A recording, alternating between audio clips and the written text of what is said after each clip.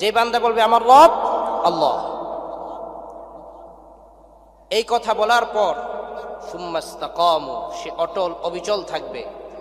যত বিপদ আপদ আসুক না কেন, যত মামলা মুকদ্দমা হোক না কেন, এক চুলো সে নড়তে পারবে না, অটল অবিচল থাকবে। আফগানিস্তানে যখন, আপনারা ভয় পাচ্ছেন, এই আলোচনা করছে যে আমি কোরআন থেকে তাফসীর করব, অনর্থক কথা একটাও বলবো না, আপনার কোনো ভয়ের কোনো কারণ নাই।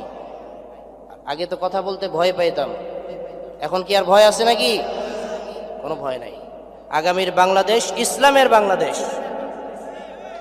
যে দেশের সূর্য ওঠে আজানের ধ্বনিতে, যে দেশের সূর্য ডোবে আজানের ধ্বনিতে, যে দেশের ৯৫% মানুষ মুসলমান, সে দেশে যদি কোনো নাস্তিক মোরতাদ আল্লাহ এবং আল্লাহ রসুলকে গালি দেয়, কখনো কোনো মুসলমান সেটা মেনে নেবে না।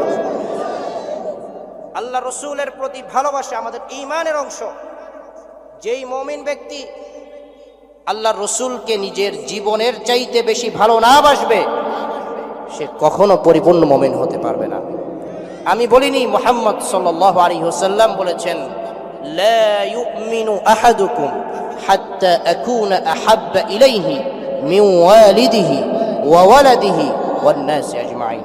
তোমাদের মধ্যে পরিপূর্ণ মুমিন সে হতে কখনোই পারবে না যতক্ষণ না সে আমাকে, তার পিতামাতা, তার সন্তান, তার সমস্ত কিছুর চেয়ে যতক্ষণ না সে আমাকে বেশি ভালো না বাসবে, ততক্ষণ সে পরিপূর্ণ মুমিন হতে পারবে না। আল্লাহ বলছেন সুম্মাস্তাকামু, যদি সে অটল অবিচল থাকতে পারে, আল্লাহ তাআলা কি কি পুরস্কার দিবেন? আল্লাহ বলছেন, ১ নম্বর, তাতানাজ্জালু আলাইহিমুল মালাইকা, বলেন সুবহানাল্লাহ। আল্লাহ তাআলা তার উপর কখনো যদি প্রয়োজন হয় ফেরেশতা পাঠিয়ে হলেও তাকে সাহায্য করবেন।